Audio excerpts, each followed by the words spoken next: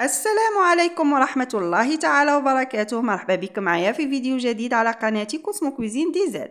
نتمنى تكونوا في أحسن الأحوال وانتم تشوفوا في هذا الفيديو. اليوم إن شاء الله راح نشارك معكم وصفة تاع سمك السردين في الفرن معمر بالبطاطا والفلفل المشوي، حاجة رائعة في المذاق. ممكن تعتمدوا على هذه الوصفة في شهر رمضان الكريم. هكا نقصوا علينا شوية القليان والزيتات.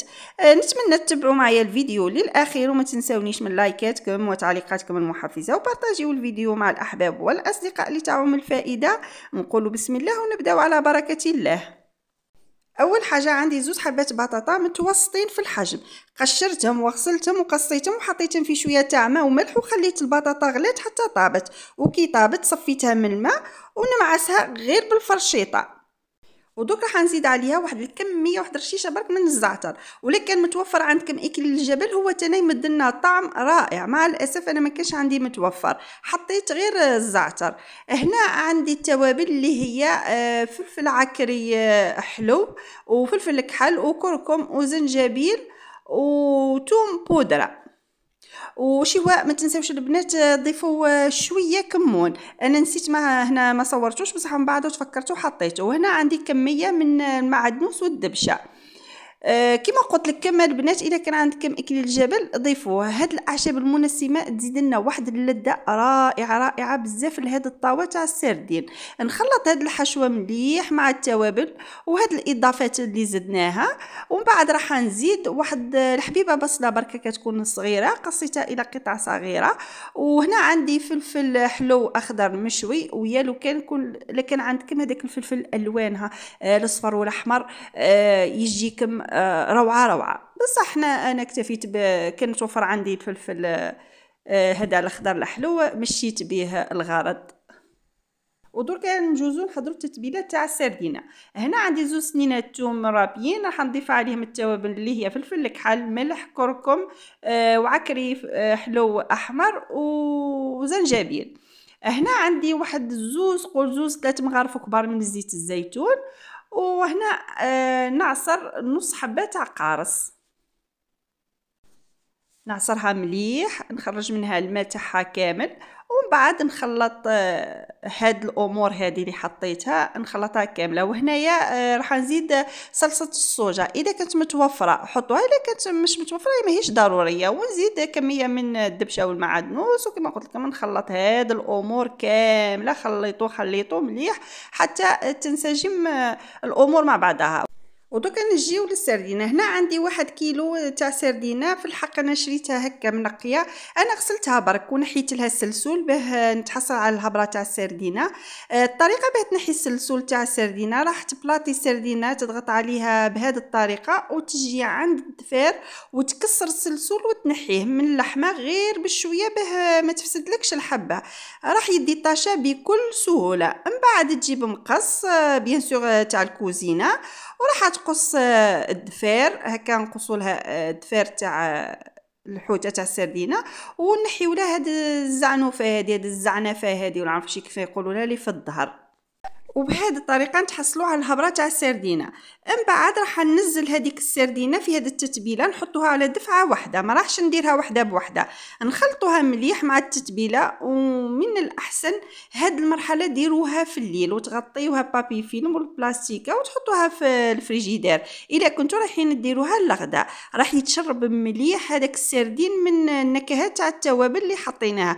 واذا درتيوها في النهار وجدوها هكا بواحد الساعه قبل الوقت. هنا عندي 2 مغارف كبار من زيت الزيتون حنزيدها للبطاطا. هو نورمالمون نزيدها زيت الزيتون في المرحله الاولى كي حطيت التوابل. المهم ما كان حتى ضرر نضيفوه، ضفتهم دركيتك. هنا كما راكم تشوفوا حطيت الهبره تاع السردين بهذه الطريقه كما راكم تشوفوا ستفتهم هكايا الحبات. ومن بعد نجيبوا كميه من البطاطا ونديو الكميه المناسبه للحجم تاع كل حبه تاع سردين. كما على بالكم السردينه كي نشريوها نلقاوها مخلطه، فيها الكبيره وفيها الصغيره وفيها المتوسطه. المهم نحطوا الكميه المناسبه تاع البطاطا مع السردينه. ومن بعد راح نرولي بهذه الطريقه، نرولي والسردينه على البطاطا بهذه الطريقه كما راكم تشوفوا. المهم حاجه سهله، طريقه سهله بكل بساطه تروليهم. ما راح الهبره تاع السردينه ما تتقطع لك ما تتفتت لك ما والو.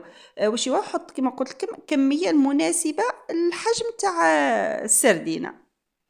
هنا عندي كميه من لاشابلوغ كما راكم تشوفوا. راح نجيب هذيك السردينه اللي روليتها مع البطاطا ونجوزها في لاشابلوغ. ومن بعد كي نجوزها في لاشابلوغ ننفضها شويه ونستفها في البلاطو ولا في الصحن الزجاجي هذاك اللي يدخل للفرن، ونكمل مع الحبات كاملين بنفس الطريقه حتى نفضهم كاملين. وبالنسبه للشابلوغ ممكن تستغناو عليها تماما، ماهيش ضروريه. علاش انا خاصها تكون بغيت السمك تاع اليوم يجي مقرمش ما يجيش رطب. وهنا بعد ما ستفت السردينه كامله راح نزينها من الفوق بالفلفل الحلو. الفلفل الحلو الاخضر هكا شاطلي واحد شويه.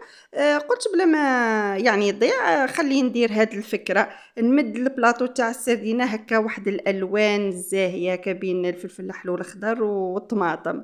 انا كي شافني ولدي ندير في الفلفل الحلو واش قال لي واش بها السردينه تاع اليوم راهي محزمه درتي لها حزام خاصه غير الرقصه انا بغيتها تجي فيها واحد المريقه ما تجيش ناشفه، زدت لها هكا بريجات تاع الطماطم بين كل رونجي نحط بريج ولا زوز تاع فلفل. وندير واحد الخط تاع زيت الزيتون ونغطيها اولا بابي كويسون ورق الطهي اللي كنت شمخته بالماء وعصرته مليح. نغطيها به اولا والساعه نحطو والساعه نزيدو نغطيو بورق الالومنيوم هكا باش تكون امورنا صحيه واكلنا صحي. نحطها في الفرن مسخن مسبقا في الرف الوسط واحد ربع ساعه هكا، ربع ساعه هكايا. على خاطر حنا ما نحتاجوش حاجه نطيبوها على خاطر كلش راهو طايب. والسردينه كما نعرفوا ما فيهاش الروح راح تطيب في الساعه. المهم هنا في ربع ساعه حتى نص ساعه ماكسيموم ما زيدوهاش. وهنا كي طابت خرجتها، انا جلست واحد 20 دقيقه وخرجت البلاطو من الفرن. وهذا هو الشكل تاع السردينه كي طابت جات تهبل. المهم انا ما دقتهاش على خاطر انا والحوت ما نتفاهموش، بصح اللي كلاوها ويحبوا الحوت يعني يحبوا ياكلوا الحوت شكروا قالوا لي جات خير من اللي مقليه. وزيد نشهيكم واحد شويه وندير لكم الحماس السسبنس باش تجربوها وعلاش لا. بصح وبكل امانه يا البنات اللي داقوها عجبتهم وشكروا الوصفه قالوا لي كيف حتى درتيها وجاتك هذه الفكره. ساعه نشغلوا المخ ديالنا ونخرجوا بافكار هكا من الذكاء تاعنا نتمنى تجربوا هذه الوصفه هكا نيفيتيو شويه الزياتات والقليان. هذا ما كان ونتلاقاو في فيديو جديد ان شاء الله. سلام.